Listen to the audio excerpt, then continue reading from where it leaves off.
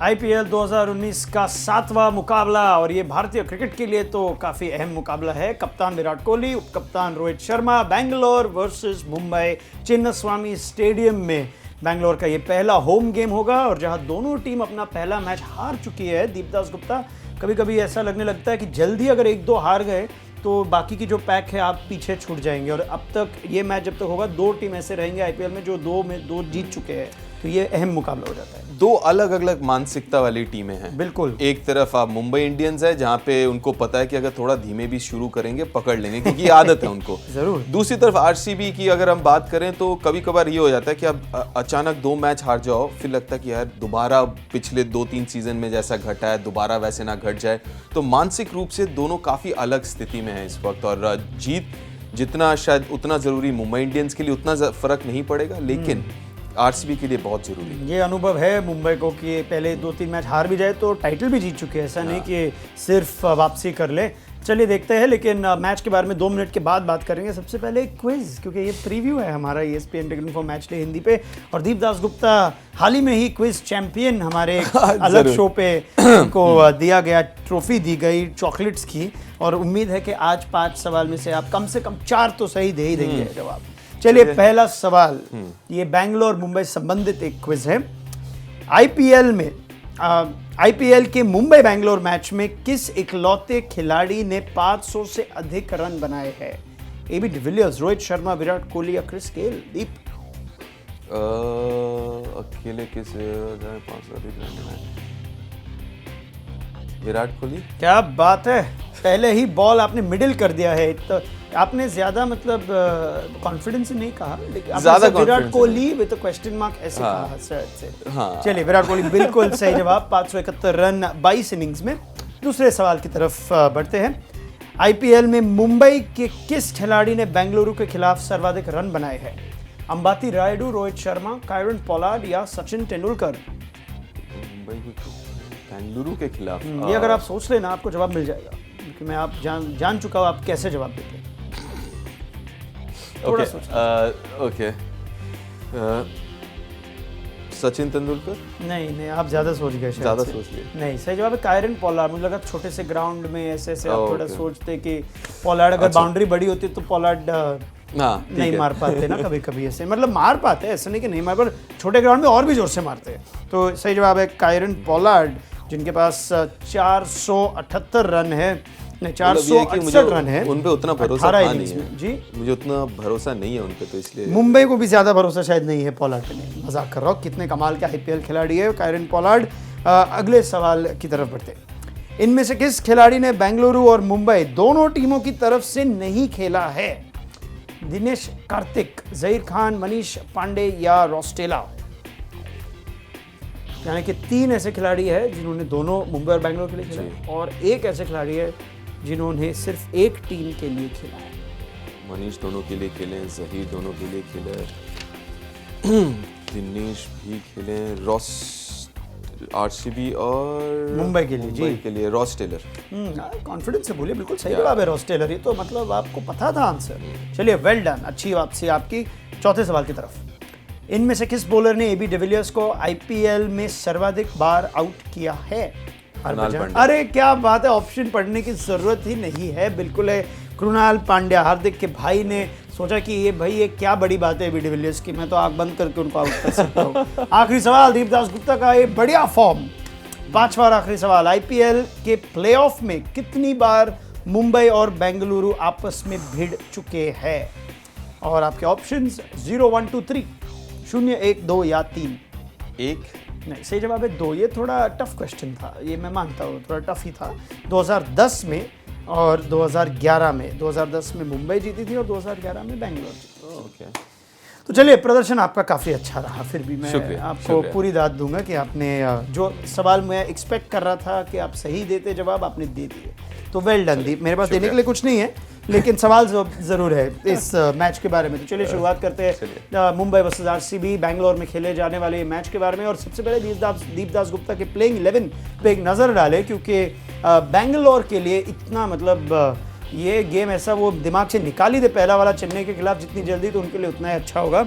और अगर आपकी टीम पे मैं नज़र डालूँ तो आपने, क्या ये बैटिंग ऑर्डर भी यही होगी कि मोइन अली 3, जिस तरह लास्ट मैच में देखा, डिविलियर्स 4, हेटमायर, तो मुझे नहीं लगा आपने कोई भी चेंजेस किए हैं। नहीं, मैंने कोई भी चेंजेस इसलिए नहीं किए कि पहले मैच के बाद चेंज करना शायद ठीक नहीं है। हालांकि जो जिस तरीके से हारी है वहाँ पे आप सिर्फ बल्लेबाजों को दोष दे सकते हैं, और ऐसे वहाँ पे जितने भी बल्लेबाज हैं ज़्यादातर काफ़ी दिग्गज बल्लेबाज हैं, एस्टैब्लिश बल्लेबाज हैं, तो सीख ज़रूर ली होगी होपफुली पहले मैच से, और अपेक्षा यही है कि और अच्छा प्रदर्शन करे, लेकिन मैं बदलाव नहीं देखना चाहता। क्योंकि टीम के हिसाब से ऐसा नहीं लगा कि पहले मैच में भी कि टीम में कोई खामी थी, लेकिन फिर भी प्रदर्शन शायद एक वन ऑफ मैच होगा ऐसा 70 ऑल आउट। और बैंगलोर तो अलग ही रंग में हमें नजर आते हैं, लेकिन मुंबई के लिए शायद कुछ टीम चेंजेस की आवश्यकता होगी। और जसप्रीत बुमराह की फिटनेस पे अब भी सवाल है दीप। उन्होंने, ये तो अच्छी बात है भारतीय क्रिकेट के लिए कि ज़्यादा सीरियस इंजरी नहीं है, लेकिन अगर वो फिट ना हो तो आपने बरिंदर सरान का नाम डाला है।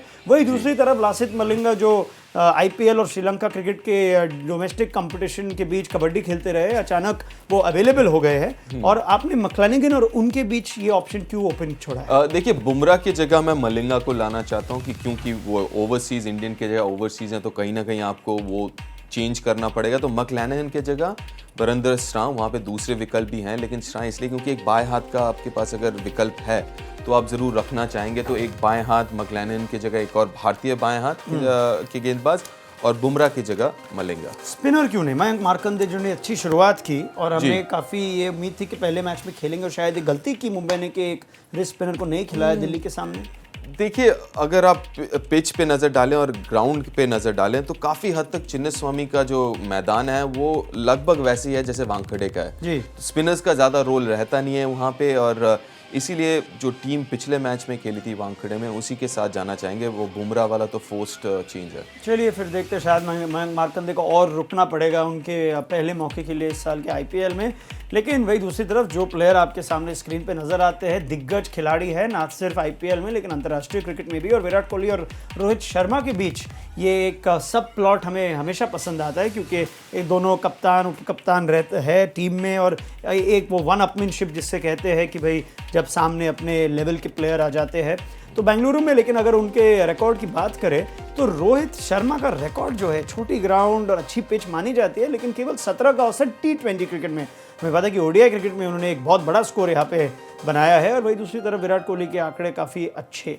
रोहित शर्मा मुंबई के लिए हर साल हम कहते हैं कि बहुत ही महत्वपूर्ण बैट्समैन रहते हैं। अब उन्होंने ओपन करने का निर्णय लिया है। ये आंकड़े आपको थोड़े अचंभित करते हैं? बिल्कुल बिल्कुल, क्योंकि अगर आप देखें, जैसा आपने कहा कि पिच बहुत बेहतरीन, मानता हूँ पिछले 2-3 साल में चिन्नस्वामी का पिच उतना अच्छा रहा नहीं, पिछले 2-3 साल में काफ़ी स्पिनर्स को मदद मिली, लेकिन दोबारा अगर आप देखें तो अच्छी पिच हो गई है। और उसके पहले भी बहुत बढ़िया पिच थी, वहाँ पे 200-200 रन बनते थे, चेज होते थे। तो वहाँ पे रोहित जैसे बल्लेबाज, हालांकि अगर आप 12 में से मेरे ख्याल से 10 मैच कम से कम आईपीएल के हैं, ज़्यादा मैचेस ओपन नहीं किए मेरे ख्याल से। वहाँ से काफ़ी मैचेस होंगे जहाँ पे 4 नंबर पे बल्लेबाजी की हो, तो वहाँ पे 4 नंबर पे बल्लेबाजी करना थोड़ा अलग हो जाता है। फिर वहाँ पे शायद ऐसा वक्त ज़्यादातर हो जब आपको जाके बस बल्ला चलाना। बिल्कुल बिल्कुल। तो वो भी एक कारण हो सकता है उस 17 जो एवरेज हमने देखा वहाँ पे। अगर विराट कोहली की बात करें, अगर रोहित शर्मा ये पूछे कि भाई किसे डालनी है गेंद, विराट कोहली को शायद इन आंकड़ों को देख के ये फैसला लेंगे मुंबई के कप्तान। और मिचेल मैक्लेनेगन के खिलाफ काफ़ी अच्छा रिकॉर्ड है मिचेल मैक्लेनेगन का विराट कोहली के सामने। स्ट्राइक रेट 100 के नीचे और 8 पारी में 4 बार विकेट निकाल चुके हैं। वही दूसरी तरफ कायरन पोलार्ड भी जो ज़्यादा गेंदबाजी नहीं करते हैं 3 बार निकाल चुके हैं, लेकिन स्ट्राइक रेट जो है काफ़ी अच्छा विराट कोहली का हर बॉलर के खिलाफ। लेकिन ये मैक्लेनेगन एक अजूबा है, क्योंकि रन तो खाते ही रहते हैं एक आध मैच में, लेकिन अब तक मुंबई के लिए विकेट टेकिंग बॉलर माने जा सकते हैं। बिल्कुल माने जा सकते हैं और लेते हैं, ऐसी बात नहीं है। अगर आप आंकड़े देखें तो विकेट जरूर लेते रहते हैं, लेकिन मार बड़ा खाते हैं। वो एक मेरा मसला रहा है। तो अगर उन आंकड़ों को नज़र पे रखें तो शायद मैक्लेनेगन ही खेले। और हमने, मुझे याद है ये मैच लास्ट ईयर जो मैक्लेनेगन शुरुआत अच्छी करते हैं, लेकिन आखिरकार एक वो 20-22 रन के ओवर ऑलमोस्ट वो उम्मीद रहती है, स्पेशली छोटे ग्राउंड में। अनुभवी बॉलर है, लेकिन मैक्लेनेगन आपको कैसे बॉलर मालूम पड़ते हैं आईपीएल क्रिकेट में? देखिए, मुझे जब भी मैं उनको देखता हूँ विकेट ठीक ले लेते हैं, लेकिन अब यह है कि बतौर कप्तान टीम मैनेजमेंट आपको क्या चाहिए? आपको ऐसा कोई बॉलर, आप खुश हैं कि 4 ओवर में 45 दें और 3 विकेट लें, या आपको ऐसा बॉलर चाहिए कि 4 ओवर में 25-30 रन दें और 1 विकेट लें। तो वो एक आपको टीम मैनेजमेंट, जो टीम है उसको निर्णय करना होता है कि आपको किस तरीके का गेंदबाज चाहिए। क्योंकि देखिए, आप मिचेल मैक्लेनन को आप खिला सकते हैं क्योंकि आपके पास बुमराह है। आपको पता है कि बुमराह 4 ओवर में आपको बहुत बुरा दिन होगा तो 30 रन देंगे, तो वहां पे आप वो अफोर्ड कर सकते हैं। लेकिन अगर बुमराह नहीं है तो क्या आप अफोर्ड कर सकते हैं वो? सही बात है। और मैक्लेनगन पे जिम्मेदारी थोड़ी ज़्यादा। जेसन बेरेंडॉर्फ अब तक सिलेक्शन के लिए अवेलेबल नहीं है मुंबई के लिए, और दूसरी तरफ एडम मिल इंजरी से लगभग बाहर ही हो गए हैं आईपीएल से। तो शायद ओवरसीज फास्ट बॉलर्स में अब लसित मलिंगा आएंगे या नहीं आएंगे पता नहीं है मैच के लिए, लेकिन मैक्लेनगन पे काफ़ी जिम्मेदारी। अगर विराट कोहली को उन्होंने 46 रन के पहले आउट कर दिया तो विराट कोहली अपने 5000 रन का रिकॉर्ड ये मैच में पूरे नहीं कर पाएंगे। अगर नहीं किया तो फिर भाई ये रिकॉर्ड तो आज नहीं तो कल उनको मिल ही जाएगा। सुरेश रैना ने पहले मैच में 5000 रन बना दिया आईपीएल में, से पहले खिलाड़ी बने तो विराट कोहली 2 नंबर पर। तो उम्मीद है शायद विराट कोहली जल्द ही जल्द ये रिकॉर्ड पाले इस आईपीएल में। दूसरी तरफ रोहित शर्मा की थोड़ी बात हो जाए। विराट कोहली वर्सेस मुंबई बॉलर्स आपने देख लिया, अब रोहित शर्मा वर्सेस बैंगलोर बॉलर्स देख लीजिए, क्योंकि दोनों इतने अहम बैट्समैन हैं अपने अपनी टीम के लिए कि उनको इंडिविजुअली ज़रा देखना ज़रूरी हो जाता है दीप। और वहीं पर अगर मैं बैंगलोर के बॉलर्स की बात करूं तो लेग स्पिन हमेशा हमें लगता है कि रोहित के खिलाफ शायद एक हथियार हो सकता है सामने वाली कप्तान का। और उमेश यादव ने भी 3 बार को निकाला, लेकिन वो स्ट्राइक रेट काफ़ी मजबूत। जी, और जैसा आपने कहा कि लेग स्पिनर का ज़रूर थोड़ा सा मसला रहा है रोहित का। अगर हाल ही में देखें, ऐसी बात नहीं है, पहले उतना ज़्यादा नहीं था, लेकिन पिछले 1-2 साल में वो देखने को मिला है। लेकिन ये उमेश यादव भी खेलेंगे, चहल भी खेलेंगे वहाँ पे, तो लेकिन ये देखना है कि क्या चहल से शुरुआत में गेंदबाजी कराते कि नहीं। एक हो ही सकता है कि अगर रोहित ओपन कर रहे हो और 1 नंबर पे हो, स्ट्राइक पे हो, तो क्या पता पहला ओवर चहल से शुरू करवाएं। क्यों नहीं। और रोहित शर्मा की महानता को अगर हम 2 मिनट के लिए साइड में रख दें, क्योंकि पिछले 2 मैच में बैंगलोर के खिलाफ दोनों डक पे आउट हो गए, तो ये अच्छी बात तो नहीं है। और मैं माफ़ी चाहूँगा रोहित शर्मा के फैंस से कि हम ये दिखा रहे हैं, लेकिन कभी कभी ये सब आईपीएल के क्रिकेटर्स में रहता है कि ये ऑपोजिशन के सामने 2-2 डक हो गए। नहीं, जनरली अगर आप देखेंगे तो प्लेयर जो पॉजिटिव है वो ज्यादा दिमाग में रखता है कि किसके साथ आपने अच्छे रन बनाए, अच्छे विकेट लिए। अब भूल जाना चाहते हैं ये सब चीजें, लेकिन एक चीज तो तय है कि रोहित के लिए रन बनाना जरूरी है, क्योंकि हम सब चाहते हैं रोहित ओपन करें। लेकिन मुझे क्यों लगता है कि अगर 2-3 मैच अगर ओपन करते हुए रन ना बनाए तो थोड़ा सा दबाव उनके ऊपर हो सकता है कि आप वापस 4 नंबर पे आ जाइए। लेकिन घोषणा तो कर दिया कि पूरी आईपीएल में मैं ओपनिंग करूंगा। नहीं, वो तो उन्होंने कर दिया है, लेकिन मैं शायद लग जाए। हाँ, तो इसलिए बहुत जरूरी है उनके लिए। और वापस अगर अपने ही मोल्ड पे चले जाए ना, जो वो करते हैं भारत के लिए, शुरुआत में 2-3 ओवर आराम से खेलते हैं, फिर जब एक बार सेट हो जाएं, उसी मोल्ड पे, उसी टेम्पलेट पे वापस दोबारा चले जाएं तो बेहतर। क्योंकि भारत के लिए एक चीज़ जो अच्छा है वो शिखर वो काम करते हैं। जब रोहित टाइम लेते हैं तो शिखर तेज खेलते हैं। तो शायद कुछ वैसा एक पार्टनर ढूंढना पड़ेगा जो वो काम करे जो शिखर करते हैं भारत के लिए। जी, लेकिन अगर मसला मुंबई का अगर हम थोड़ी डिटेल में बात कर ले, तो जिस तरह 200 रन से ज़्यादा उन्होंने पहले मैच में दिल्ली के खिलाफ दिए, कंसीड किए, तो मुंबई की बॉलिंग पे कुछ सवाल हम ज़रूर उठा सकते हैं। और वही दूसरी तरफ माना कि बैंगलोर 70 के ऑल आउट हो गए चेन्नई के खिलाफ, लेकिन बैंगलोर की बैटिंग अब भी पेपर पे तो काफ़ी मजबूत है। तो क्या होगा अगर मुंबई की बॉलर्स के हम कुछ आंकड़े देखें बैंगलोर की बैट्समैन के खिलाफ, तो उन पे अगर एक नज़र डाल दे तो मालूम पड़ेगा कि कृणाल पांड्या को तो हम जानते हैं कि एबी डिविलियर्स को, जिस तरह आपने क्विज में भी देखा, आउट करना पसंद करते हैं। वही दूसरी तरफ अगर और थोड़े आंकड़ों की बात करें तो जहां विराट कोहली का के जो नंबर्स है वो काफ़ी अच्छे हैं मुंबई के खिलाफ, एबी डिविलियर्स के भी नंबर्स काफ़ी अच्छे हैं मुंबई के खिलाफ। तो ऐसा नहीं है कि 70 आउट होने के बाद आप ये सोच लें कि बैंगलोर की बैटिंग कमज़ोर है, ये फिर भी एक काफ़ी स्ट्रॉन्ग बैटिंग टीम है। बिल्कुल, आई मीन 70 पे आउट हुए, 71 पे, उसका मतलब ये नहीं कि कमज़ोर, जैसे आपने कहा वहाँ पे एबी डिविलियर्स हैं, विराट हैं, मतलब ऐसे ऐसे शख्स हैं जो सिंगल हैंडेडली अकेले मैच जिता सकते हैं, अकेले पूरे टीम को आगे बढ़ा सकते हैं।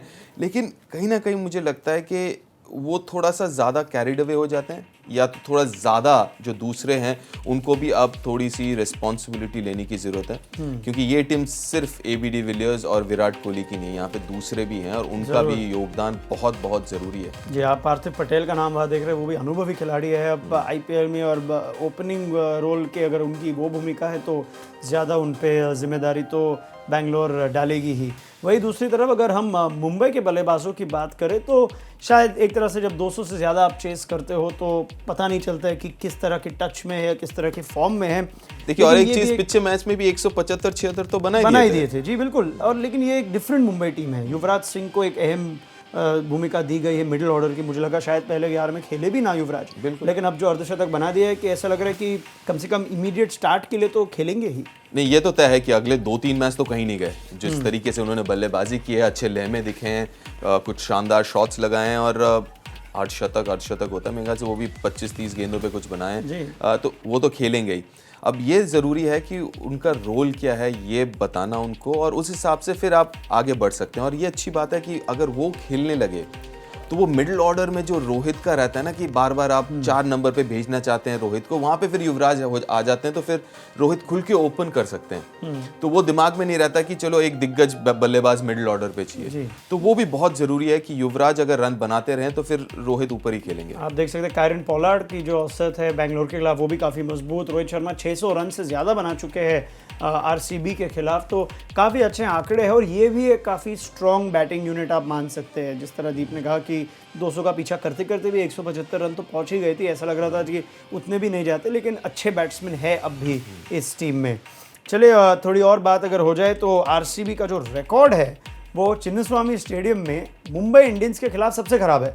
अगर हम इस होम सीजन की शुरुआत करना चाहेंगे और आप बेंगलोर के फ़ैन हो तो आपको ये शेड्यूल देख के थोड़ी सी परेशानी ज़रूर होगी कि भाई मुंबई सबसे पहले क्यों आ रहे हैं।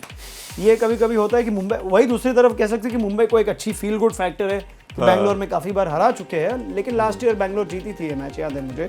लेकिन ये एक अच्छा एक इक्वेशन हो जाता है कि एक ऐसी टीम जो आपको घर पे आके हराती रहती है। और एक चीज़ जो देखने लायक है, आप 9 में से 7 बार जीते हैं लेकिन रोहित ने प्रदर्शन नहीं किया है।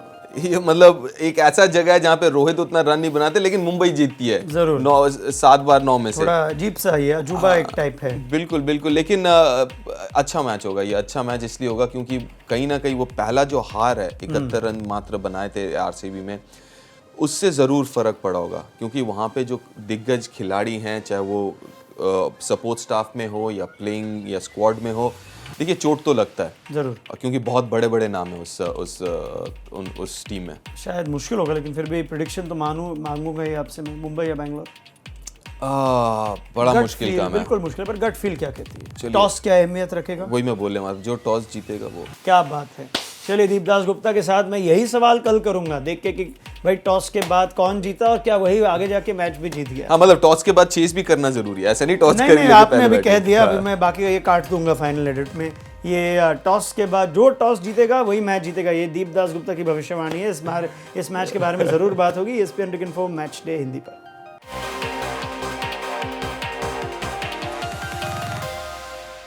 Don't forget to like, share, subscribe, and leave your comments in the comment section below. Click on the bell icon for notifications.